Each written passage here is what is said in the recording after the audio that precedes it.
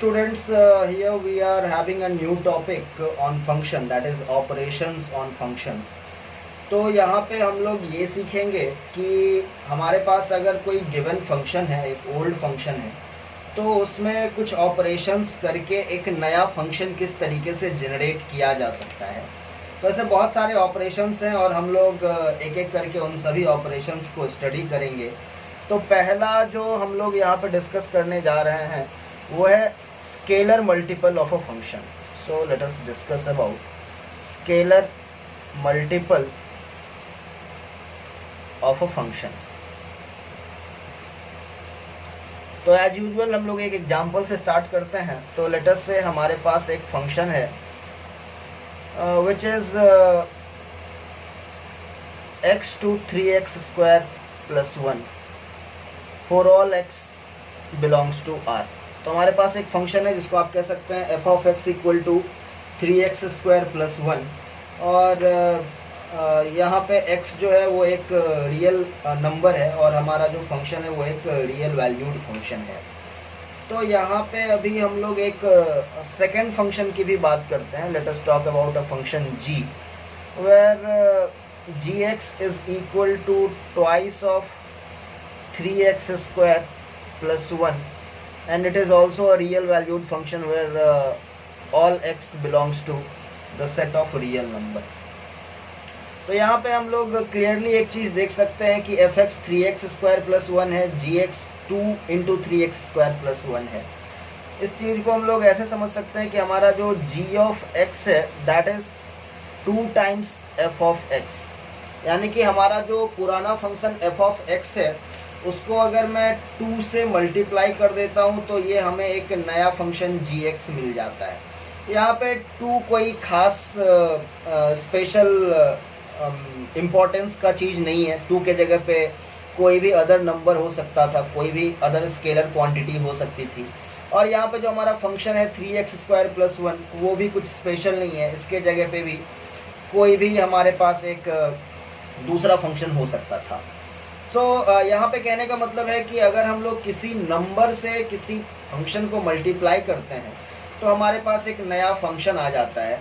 जैसे एक दूसरा एग्जांपल ले लें, अगर हमारे पास f ऑफ x है sin x और इसको मैं 3 से मल्टीप्लाई कर दूँ, so I will have a function g of x which is equal to 3 times f of x। So I will get a new function which will be 3 sin x। तो ये भी एक स्केलर मल्टीपल का ही example कहा जाएगा। अभी अगर मैं स्केलर मल्टीपल को फॉर्मली डिफाइन करने का ट्राई करूं, then I should say let f be a function with domain d।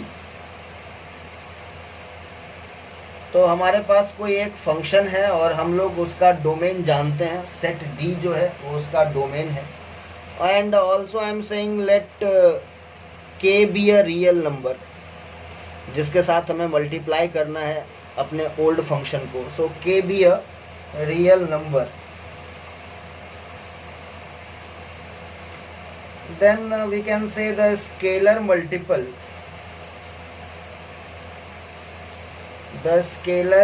Multiple of function f by the scalar k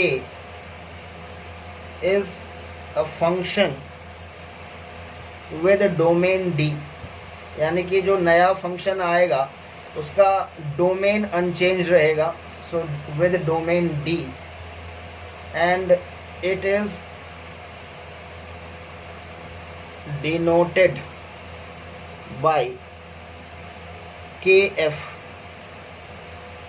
and is defined as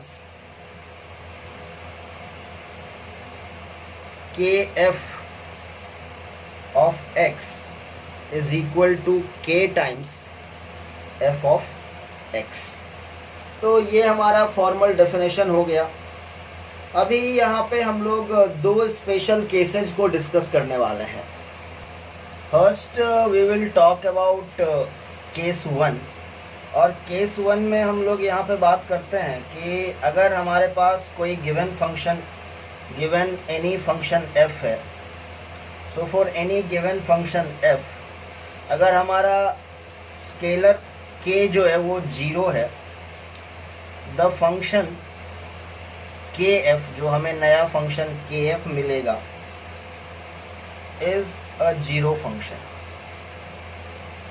तो ऑब्वियस सी बात है, किसी भी रियल वैल्यूड फंक्शन को अगर मैं 0 से मल्टीप्लाई कर दूं या उसका स्केलर मल्टीपल 0 के साथ ले लूं तो वो 0 हो जाएगा, and that is kind of obvious. We just want to say that 0f is equal to 0। और इसमें जो हम लोग सेकेंड केस डिस्कस करने वाले हैं कि अगर हमारा k -1 हो जाता है, then function kf is called negative of function f, negative of function f, and is denoted by -f। तो ये दो स्पेशल नंबर्स हैं 0 और -1। अगर 0 से हम लोग किसी फंक्शन को मल्टीप्लाई कर देते हैं तो हमारा फंक्शन स्ट्रेट अवे 0 हो जाता है, और अगर -1 से मल्टीप्लाई कर देते हैं तो हमारा जो फंक्शन होता है वो नेगेटिव बन जाता है। So scalar multiple of a function was the first operation that we have seen. Now we will talk about the second operation, and this is absolute value function और modulus function of a given function.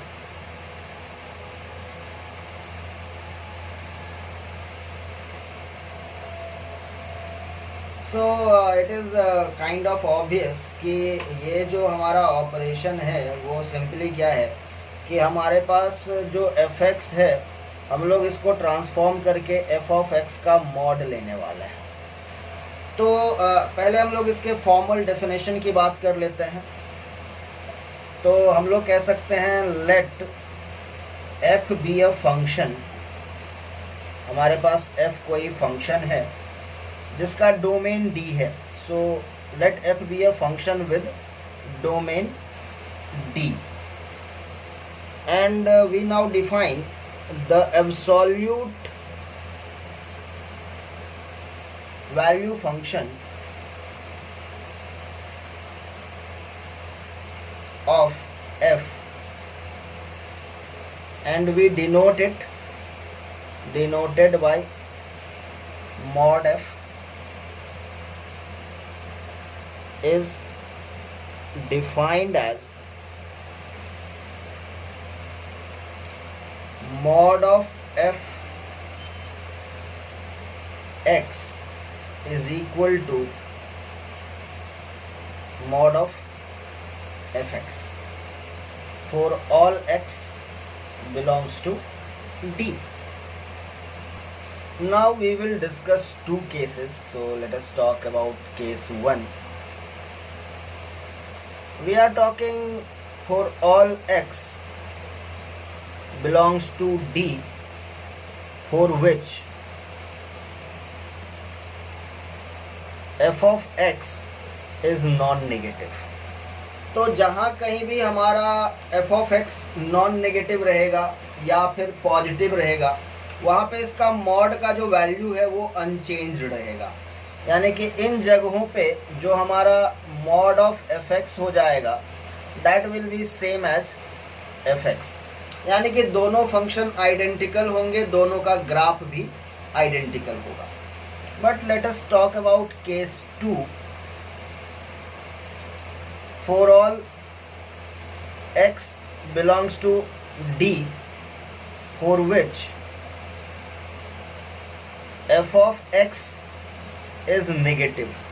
अगर हमारा f of x जो है वो negative हो गया तो normal सा बात है कि हमारा जो mod of f of x हो जाएगा वो negative of f of x हो जाएगा। तो हमारा यहाँ पे जो ग्राफ है इस इन एक्सेस में, डोमेन के इन एक्सेस में, the graph of f and mod f are reflection of each other with respect to x-axis for all x belongs to D, for which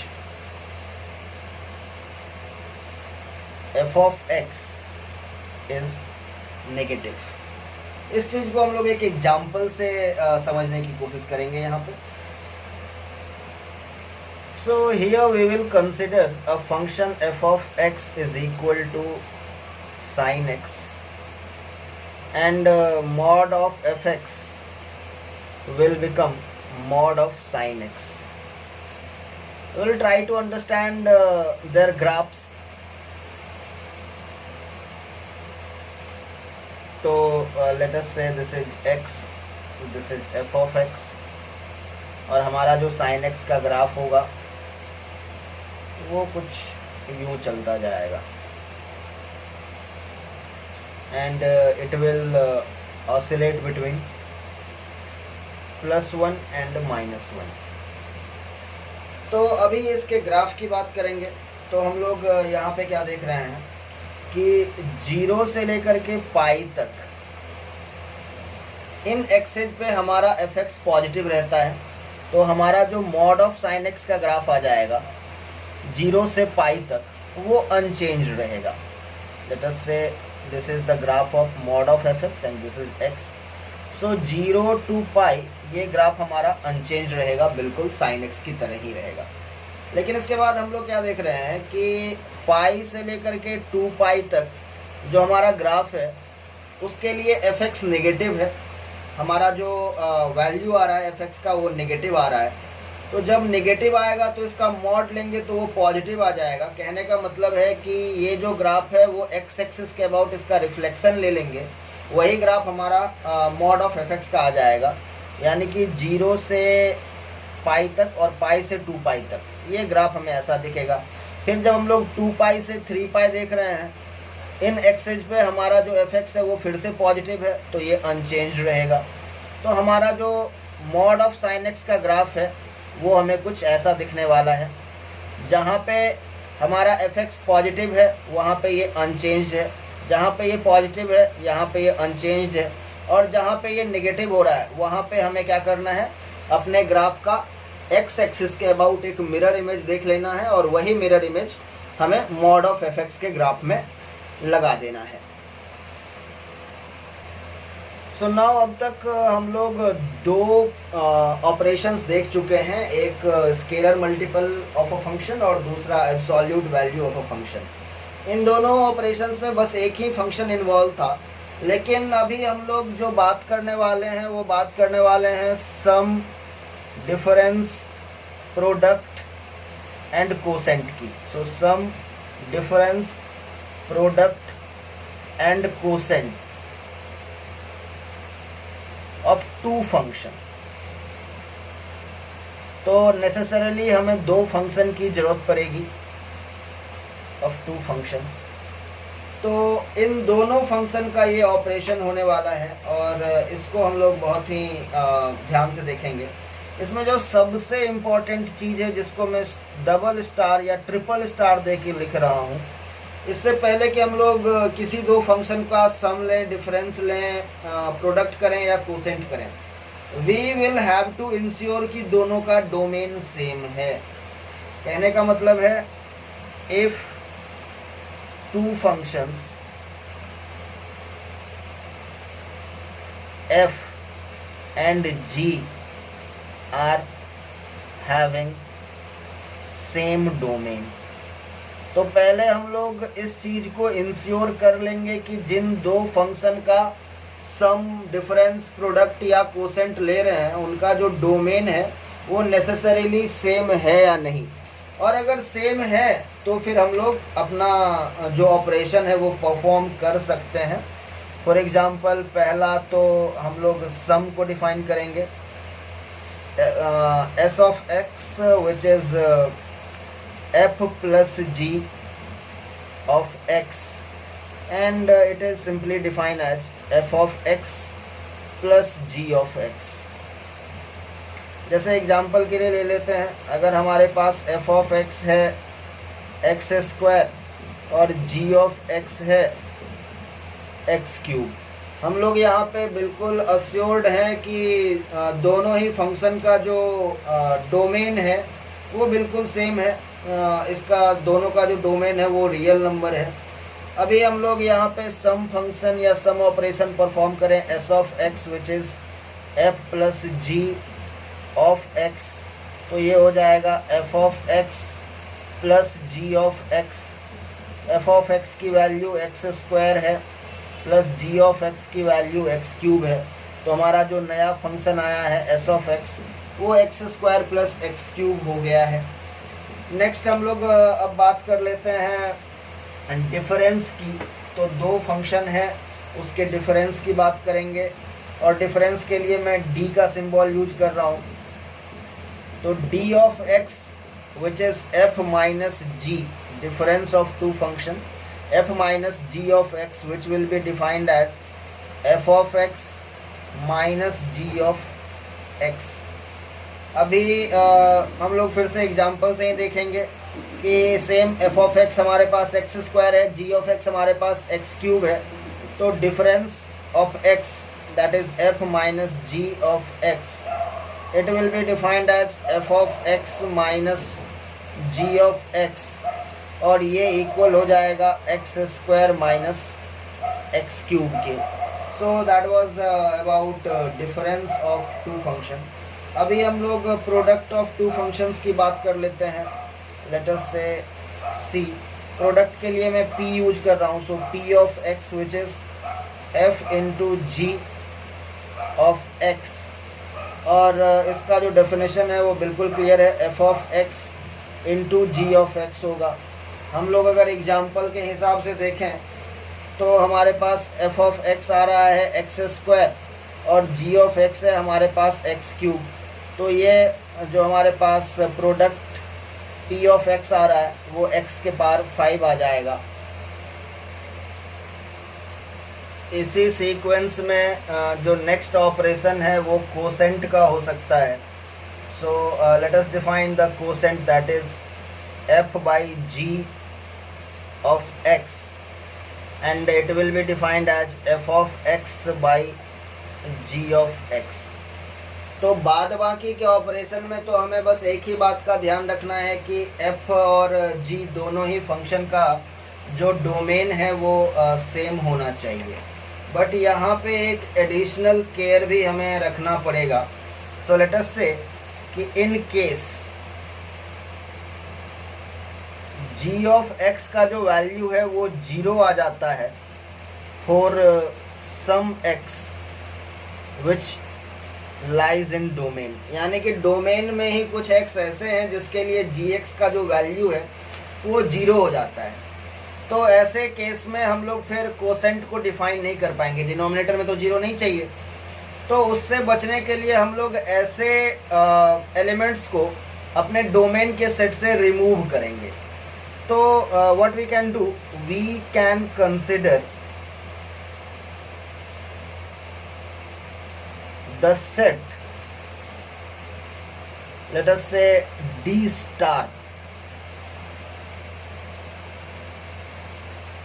of all those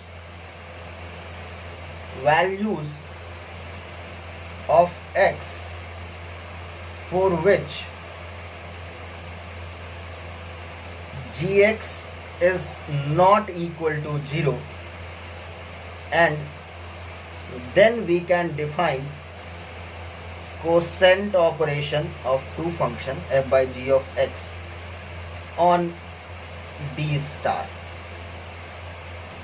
तो ये हमें यहाँ पे समझना पड़ेगा कि अगर f और g दोनों का डोमेन सेम है और हम लोग किसी दो फंक्शन का कोसेंट ऑपरेशन डिफाइन करना चाहते हैं, तो हमें डोमेन में से उन सारे एलिमेंट्स को निकालना पड़ेगा जिसके लिए gx की वैल्यू डिनोमिनेटर की वैल्यू 0 आ रही है।